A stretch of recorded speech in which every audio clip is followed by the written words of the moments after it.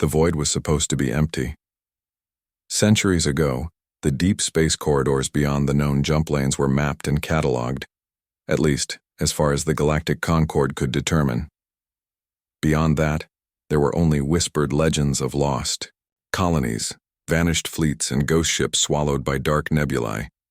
The Jarek sector, a seemingly insignificant system on the fringes of explored space, had been relegated to little more than a waypoint for miners and traders. But today, the void breathed new life. From the cold blackness of a previously uncharted jump point, a fleet emerged, sleek, angular, and unmistakably human, yet unlike any vessel the galaxy had seen in centuries.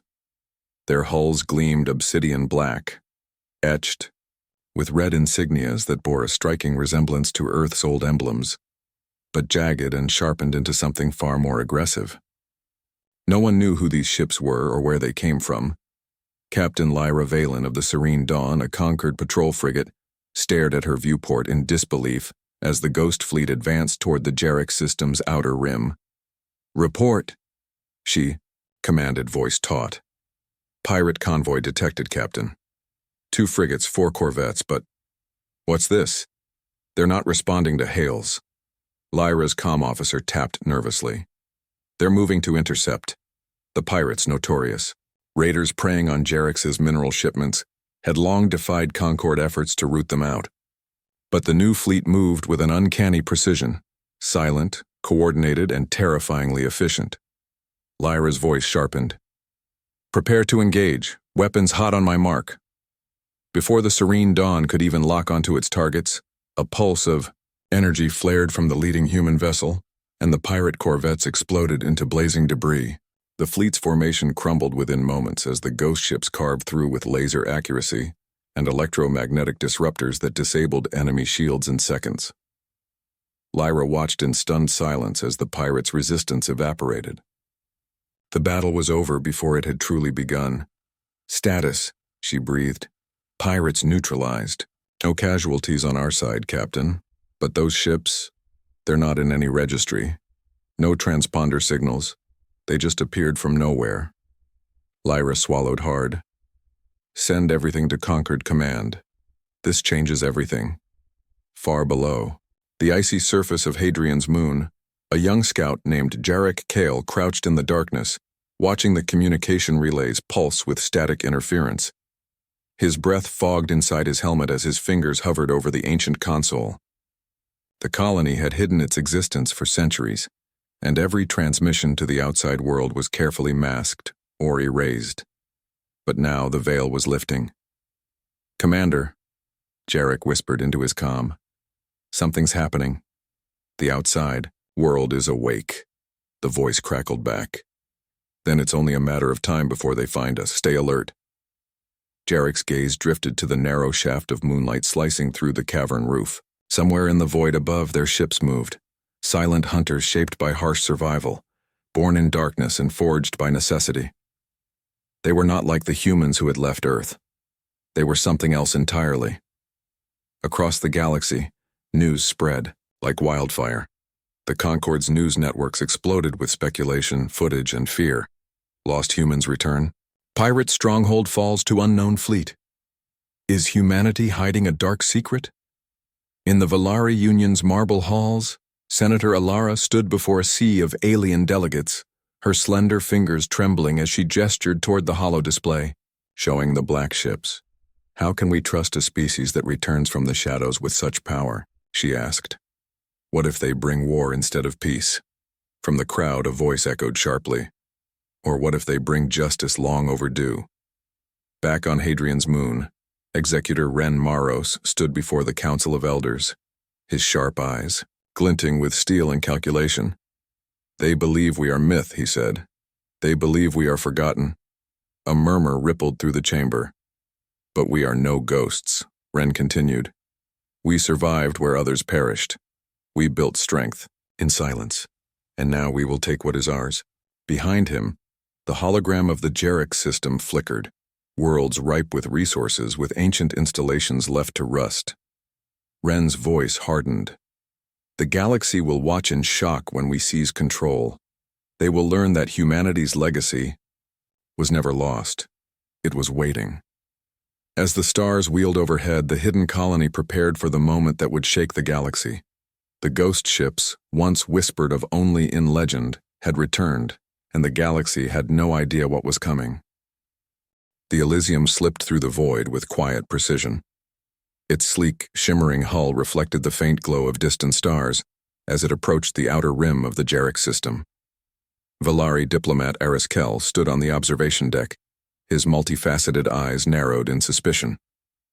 The Valari were known for their diplomacy and patience, but even he felt a prickling unease in the pit of his stomach. "Report," Ariskel said, voice calm but commanding. "Unknown human fleet presence confirmed, Senator. They control the Jarek system's outer defenses. No communication response to our hails." Ariskel's mandibles twitched. "Send an envoy. I want to meet these so-called Hadrian Compact representatives. We must understand their intent before this spirals out of control." Minutes later, a small scout vessel detached from the Elysium and sped toward a sleek, black cruiser that hovered silently near Jarek's largest asteroid, an ancient mining station long abandoned after the pirate purge. The scout's pilot, Lieutenant Celis, felt a chill as her sensors detected no active transmissions, no electronic signatures, no warning. Then, suddenly, the scout's systems flickered and died. Lost. "All comms, sir," Celis reported back via emergency channel. "We're being boarded." Ariskel's eyes narrowed further. "Prepare a boarding party. I'm going with." The airlock hissed open on the Hadrian cruiser. The corridor beyond was dim, lit only by the soft crimson glow of emergency lights. The boarding party stepped cautiously inside, weapons ready. Ariskel's staff resonated faintly in his hands, a symbol of Valari peacekeeping authority. But here, it felt fragile. They moved deeper into the ship. The walls bore markings, ancient Earth script fused with alien symbols. It was as if this crew had rewritten their origins in both history and myth. Suddenly, a squad of Hadrian soldiers emerged, clad in sleek, adaptive armor that shimmered in shifting patterns. Their helmets obscured faces, but their eyes, cold, calculating, were unmistakably human. "State your purpose," the lead soldier commanded, voice calm but unwavering. Ariskel stepped forward. "I am Senator Ariskel of the Valari Union. We seek dialogue and understanding." The soldier regarded him silently for a tense moment before signaling his squad to lower their weapons. "You will be taken to the Executor." The ship's interior was unlike any Valari or Concord vessel Ariskel had ever seen. Corridors twisted and turned, the architecture brutal and functional, yet elegant in its own way. The walls hummed faintly with energy, and in the distance strange biomechanical machines pulsed softly. In the command chamber, Executor Ren Maros awaited, seated behind a monolithic desk carved from the dense rock of Hadrian's moon itself. His presence was commanding, tall, lean, with eyes that burned with cold fire. "Senator," Ren said, voice deep and deliberate, "you come seeking answers to ghosts. I am here to tell you that we are very real." Ariskel studied the man carefully. "You wield power few thought humans retained. Who are you? And why reveal yourselves now after centuries of silence?" Ren smiled, a tight, controlled gesture. "Because the galaxy has forgotten the price of survival. Because the conquered hide secrets darker than you dare admit. And because we have waited. Waiting to reclaim what was lost." Flashbacks haunted Ariskel's mind, the ancient wars on Earth, the classified transmissions erased from all records, and the Aegis Ardent, a ship believed lost with all hands. The stories his ancestors told were of peaceful explorers, but the truth was far more brutal. "Your ancestors escaped Earth during a war?"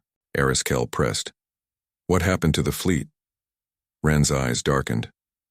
"We were abandoned, left to die in the void while politicians back home fought their wars of greed and pride. But we did not perish. We adapted. We changed." Gestured toward a holomap of the Jarek system, dotted with mining stations, orbital defenses, and forgotten relics. "We rebuilt ourselves from the ashes, scavenging alien technology, mastering the void where no others dared to tread.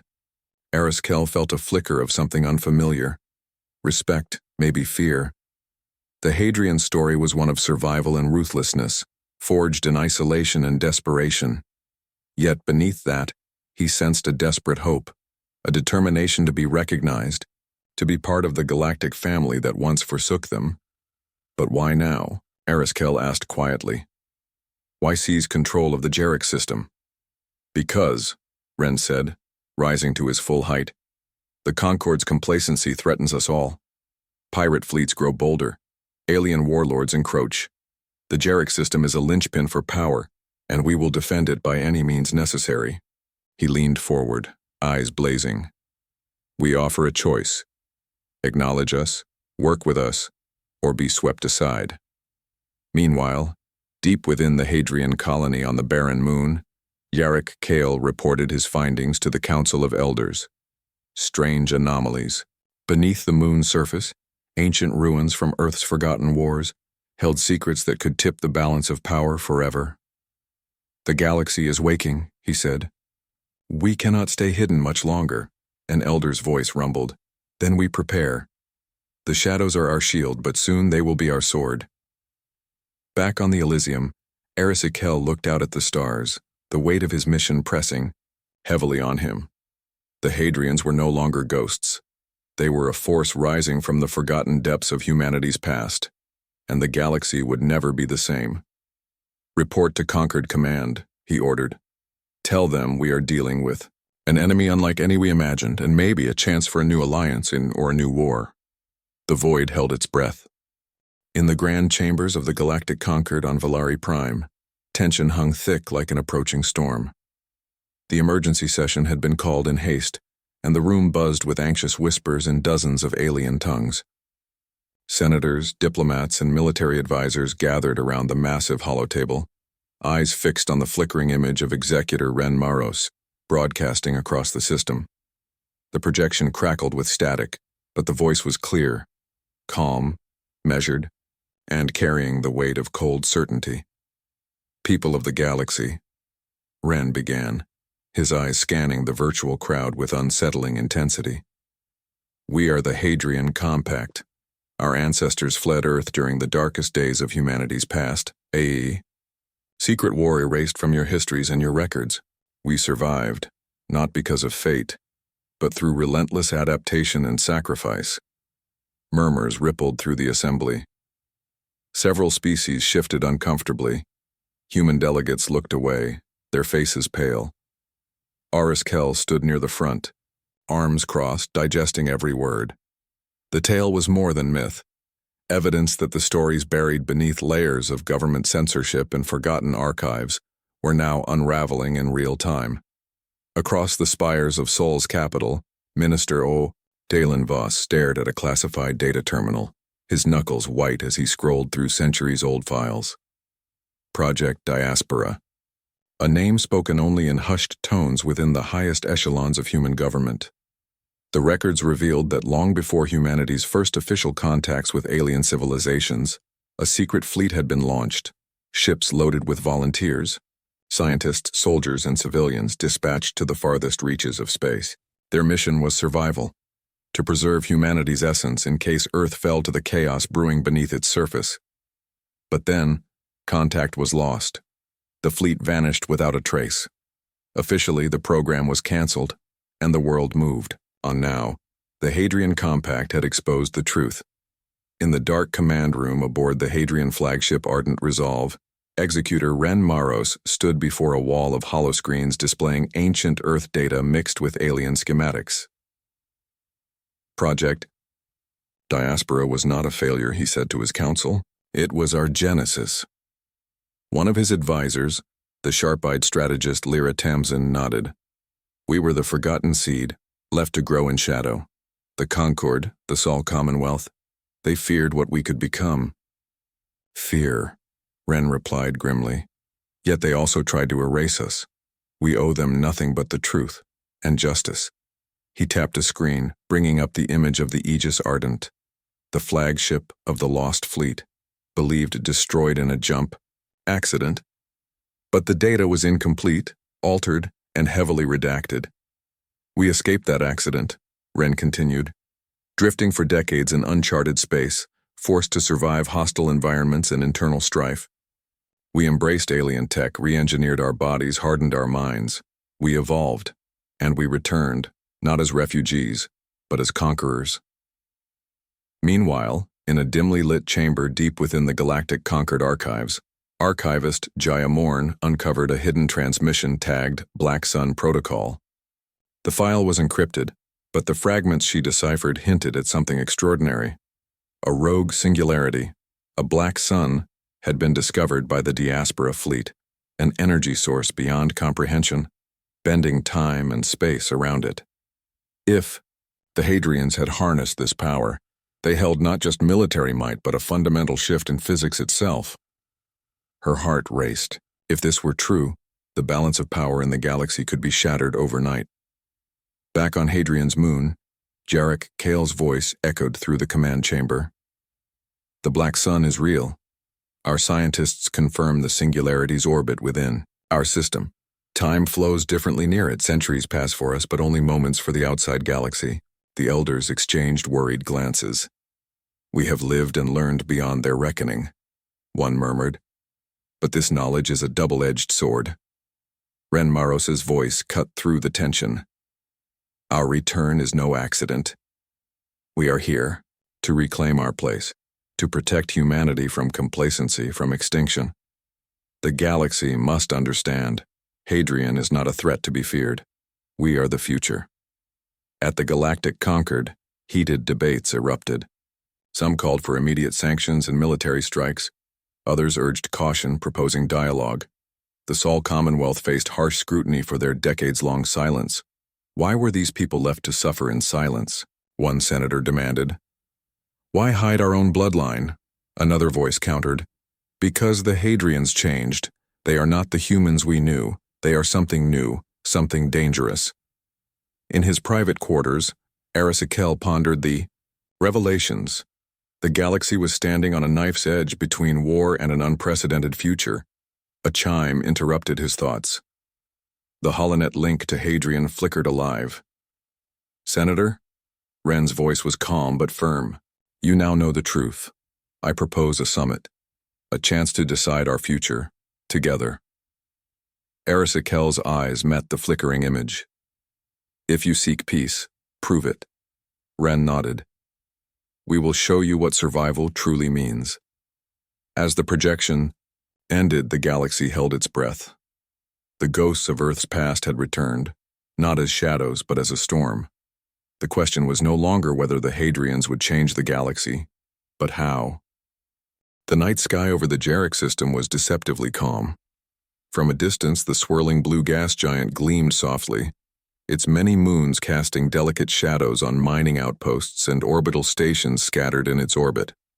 Below, in the heart of Jarek's Prime's orbital command hub, conquered officers went about their duties with practiced efficiency, unaware their world was about to shift forever.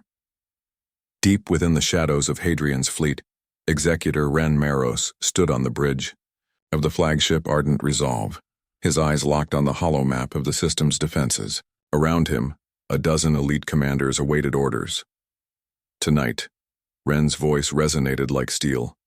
We become more than whispers in the void. The galaxy will wake to a new reality.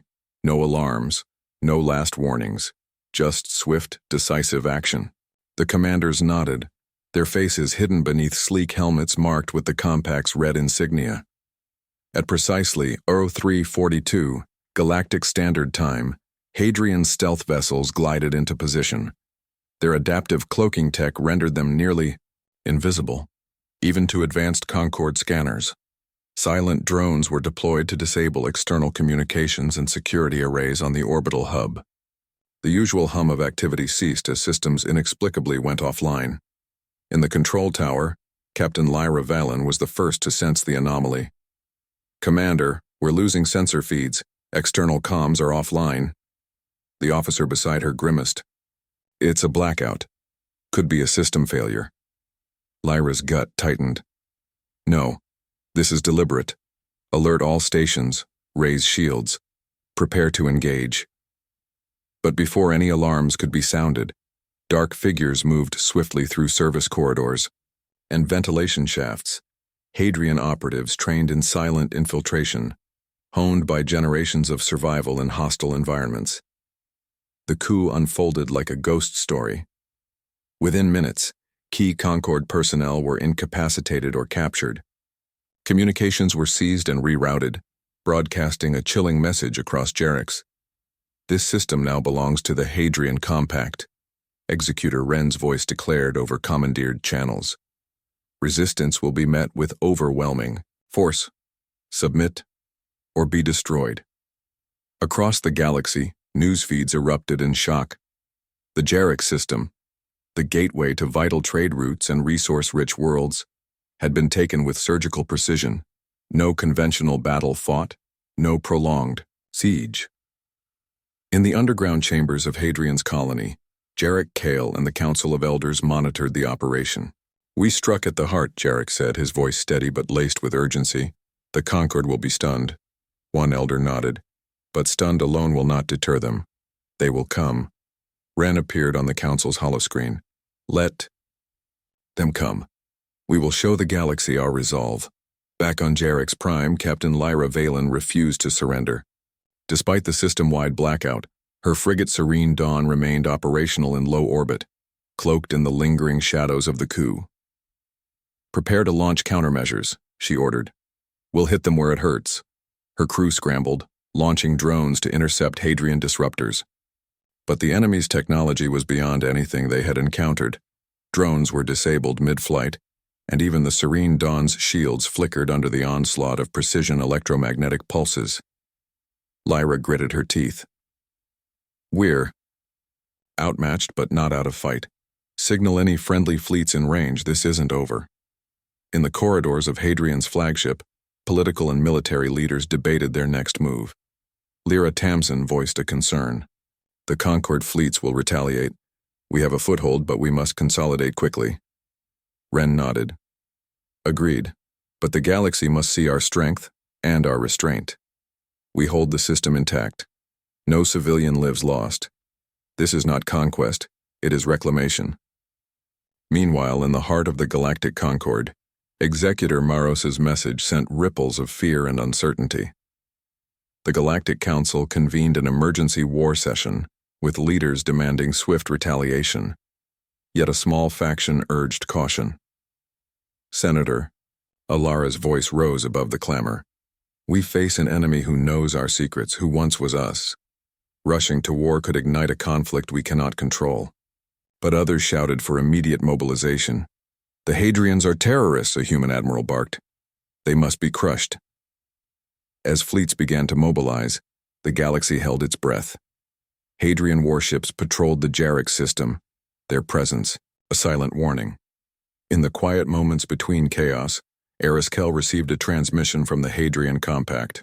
"Senator," Wren's voice was cold but measured. "We did not seek this path lightly. We offer you one chance to negotiate. Peace or face the consequences of defiance."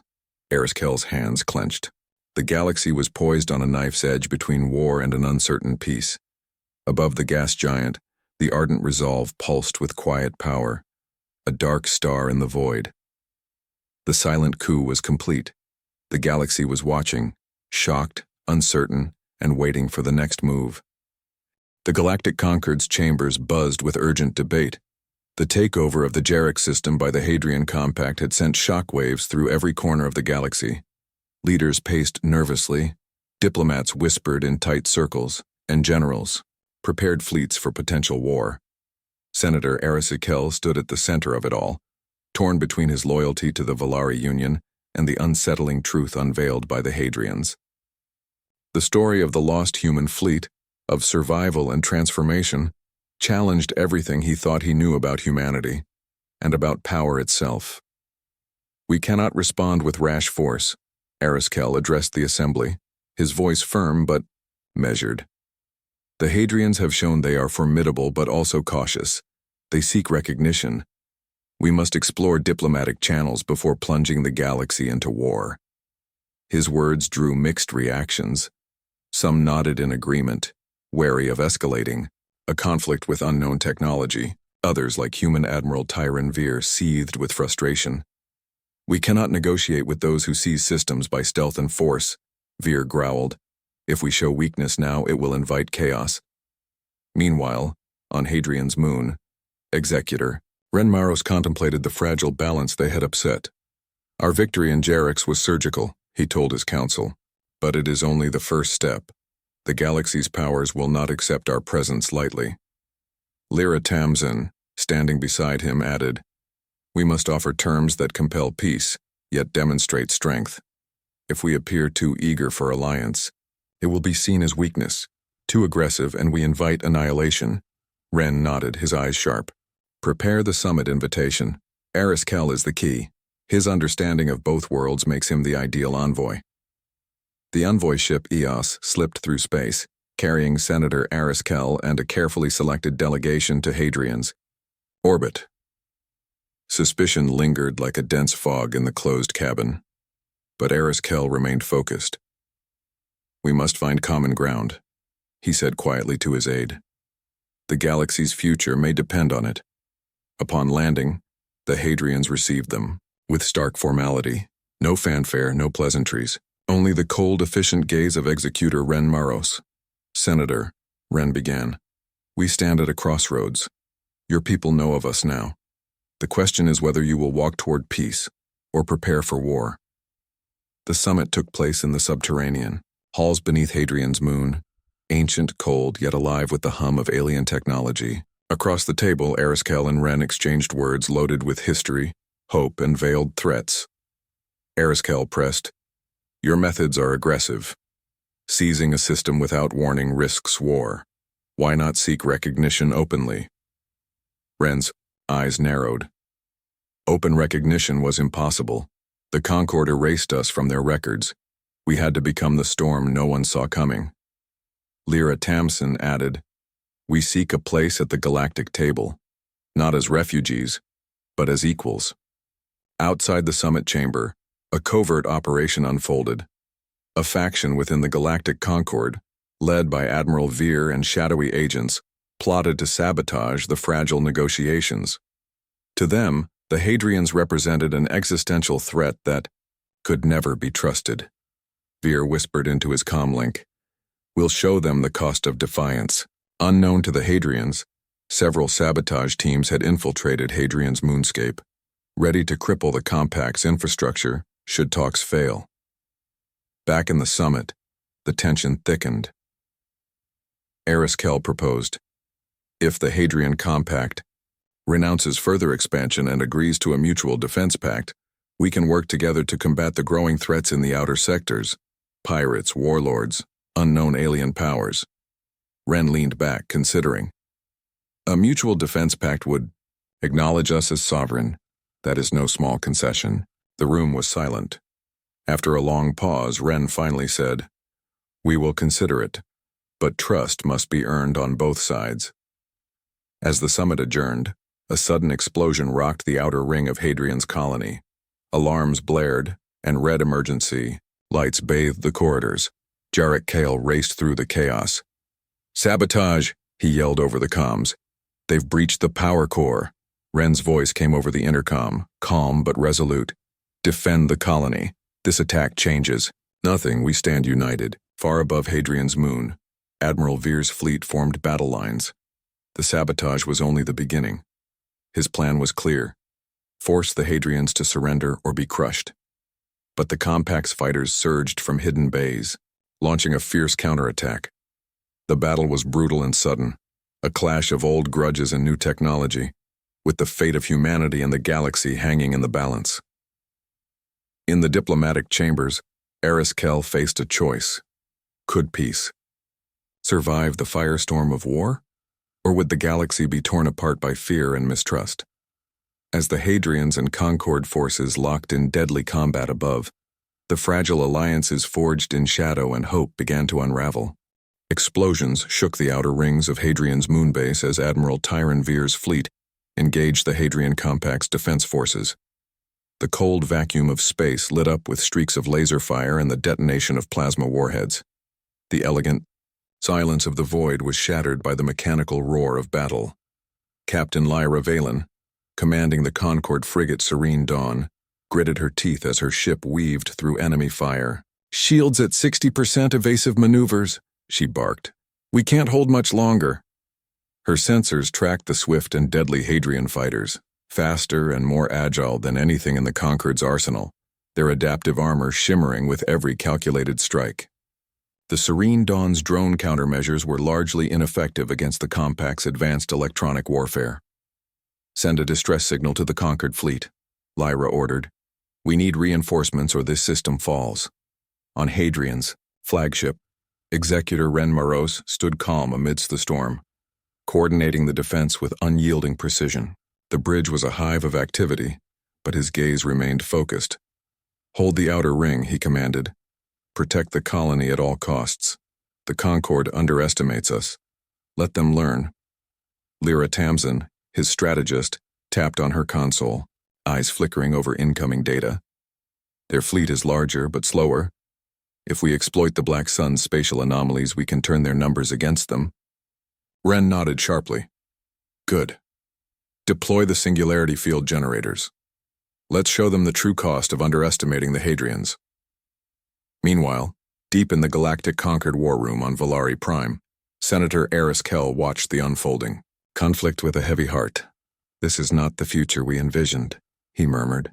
"War between our kind, brothers divided by centuries of secrets and fear."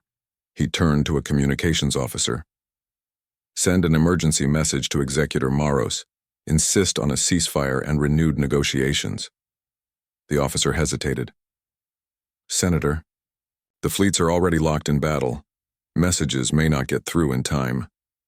Eris Kell's fists clenched. "Try anyway. We cannot let this spiral into total annihilation." Above Hadrian's moon, the battle intensified. The Hadrians used the Black Sun's gravitational distortions to their advantage, creating chaotic war zones where conquered ships floundered. Fighter pilots on both sides fought with desperate valor, the line between friend and foe blurred by the fog of war. On board the Serene Dawn, Lyra Valen's voice broke through the chaos. "We've lost 3 escort frigates. If this continues, the entire fleet will fall." Suddenly, the ship's alarms screamed. Target lock acquired on the Serene Dawn's core reactor. "Prepare for impact," Lyra yelled. The bridge shook violently as a plasma torpedo slammed into the hull, sending cascading sparks through the corridors. In the midst of the battle, Yarrick Kale and the Hadrian elders mobilized engineers to stabilize the colony's power core, racing against time to prevent a catastrophic meltdown. "We cannot lose this base," Jarek said, sweat dripping from his brow. "It is our home and our legacy." An elder's voice echoed. "And it is the key to our future. If the Concord destroys it, they destroy us all." Back in orbit, Ren Maros received Eris Kell's message. He studied the senator's plea with a conflicted expression. "We fight because we must," Ren murmured. "But I am not blind to the cost."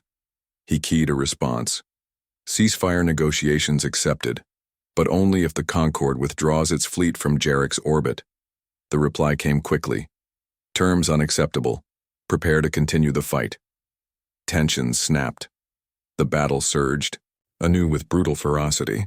Hadrian warships unleashed devastating barrages, while Concord vessels countered with relentless determination. Lyra Valen's ship was crippled, forced into an emergency retreat. "Fall back to secondary defense ring. We must regroup." On Hadrian's moon, sabotage agents from the Concord executed covert strikes, attempting to cripple the Compact's infrastructure from within. Jarek Kale led Hadrian security forces in fierce close-quarters combat, defending vital installations against stealth operatives. Blood stained the cold corridors, and every victory came at a heavy price.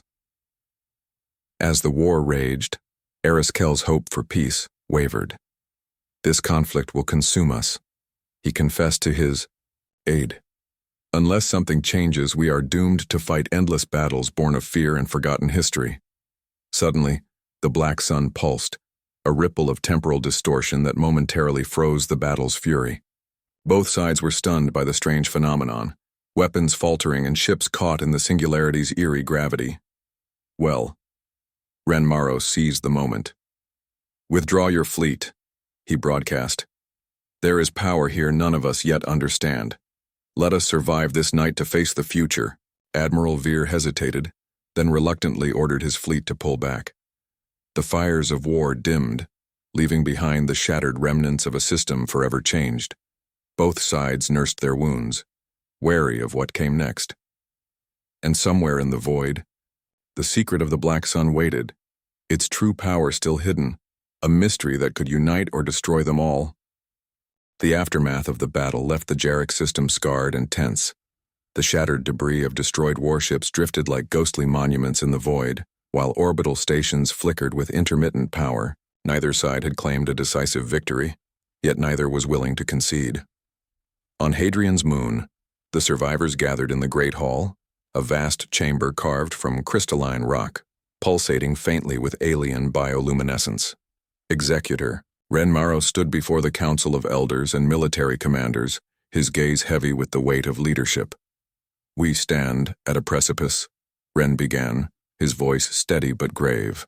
"Our people have survived the worst of the galaxy's judgment, but survival alone is not enough. We must shape the future." Jarek Kale stepped forward, wiping sweat and grime from his brow.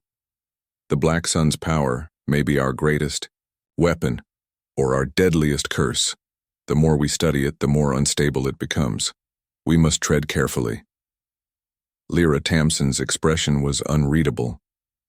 "The Concord fears this power, but so do we.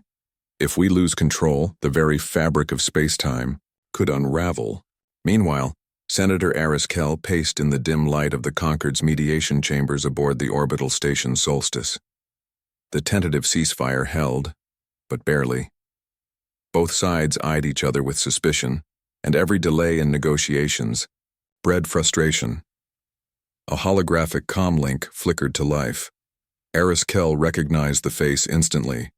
Executor Ren Maros. "Senator," Ren said, "I propose a joint scientific mission to the Black Sun. Our knowledge combined could unlock its secrets and possibly prevent catastrophe." Ariskel hesitated. The offer was unprecedented, a chance to bridge the gulf of distrust with shared purpose. "Very well," Ariskel replied cautiously.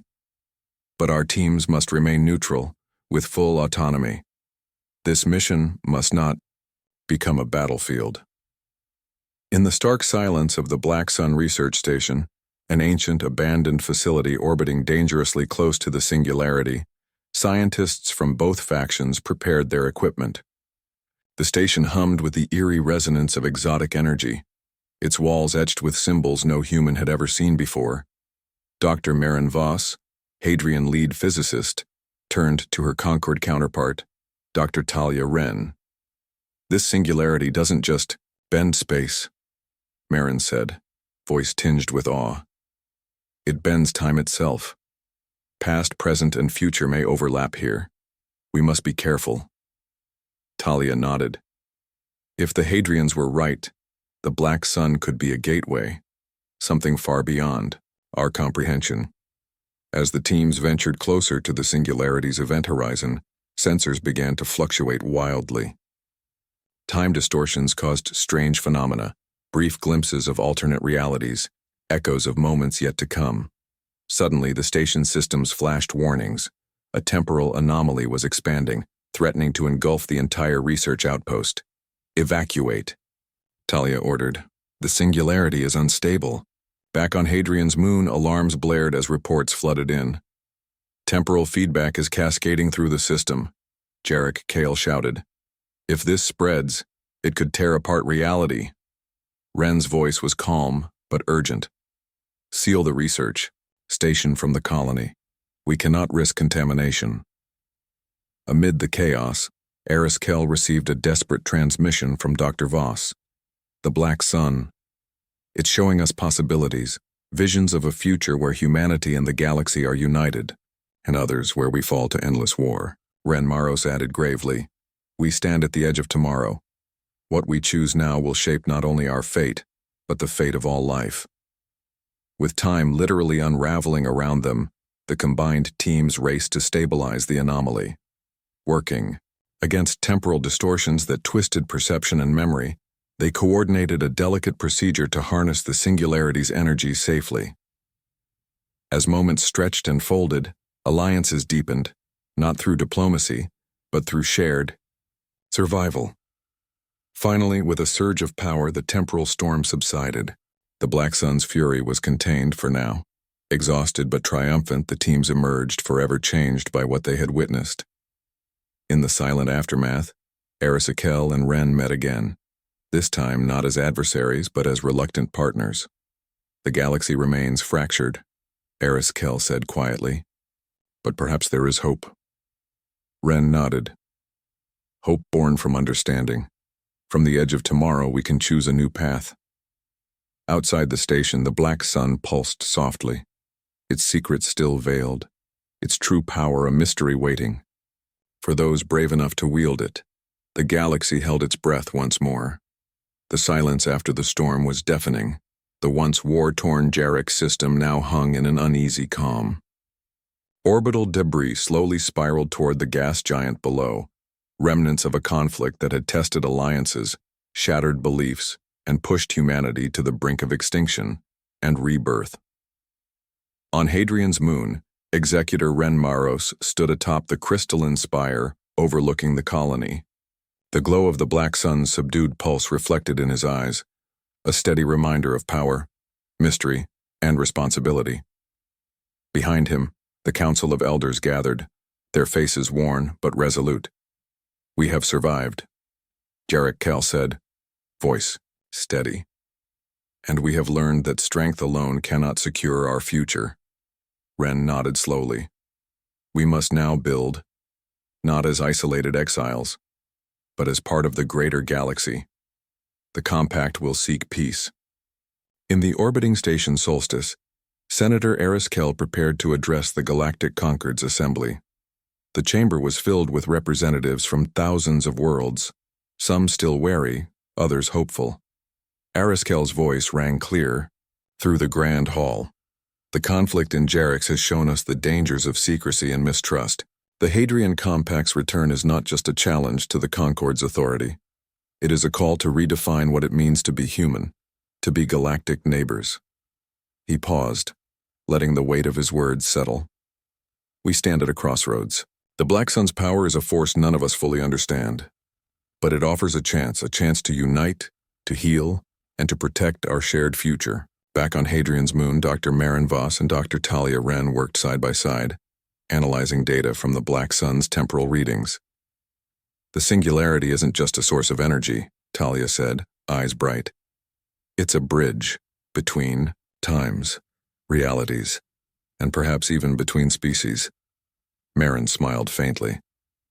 And if we can learn to control it, we could usher in an era of unprecedented exploration and peace. But peace would not come without challenges. Across the galaxy, factions stirred.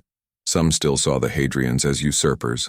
Others feared the Black Sun's potential as a weapon. Shadows of dissent brewed beneath the surface. Arisakel knew the road ahead would be fraught with trials. Yet, for the first time in generations, he believed unity was possible. As months passed, Hadrian's moon transformed. Trade missions began. Scientists and diplomats traveled freely. A joint Galactic Concord-Hadrian Research Institute was established to study the Black Sun and develop technology for the benefit of all. Lyra Valen, now promoted to a key liaison officer, led a team training pilots from both factions, symbolizing the fragile but growing trust. One evening, as the twin moons rose over Hadrian's crystalline spires, Ren and Arisakel met once more, this time not as adversaries, but as architects of a new future. We have much work ahead, Arisakel said, gazing at the stars. Ren smiled faintly. But now, we fight for a future where such wars are no longer necessary. The Black Sun pulsed softly above, a beacon in the void, a reminder of the darkness humanity had overcome, and the light they now had the chance to create.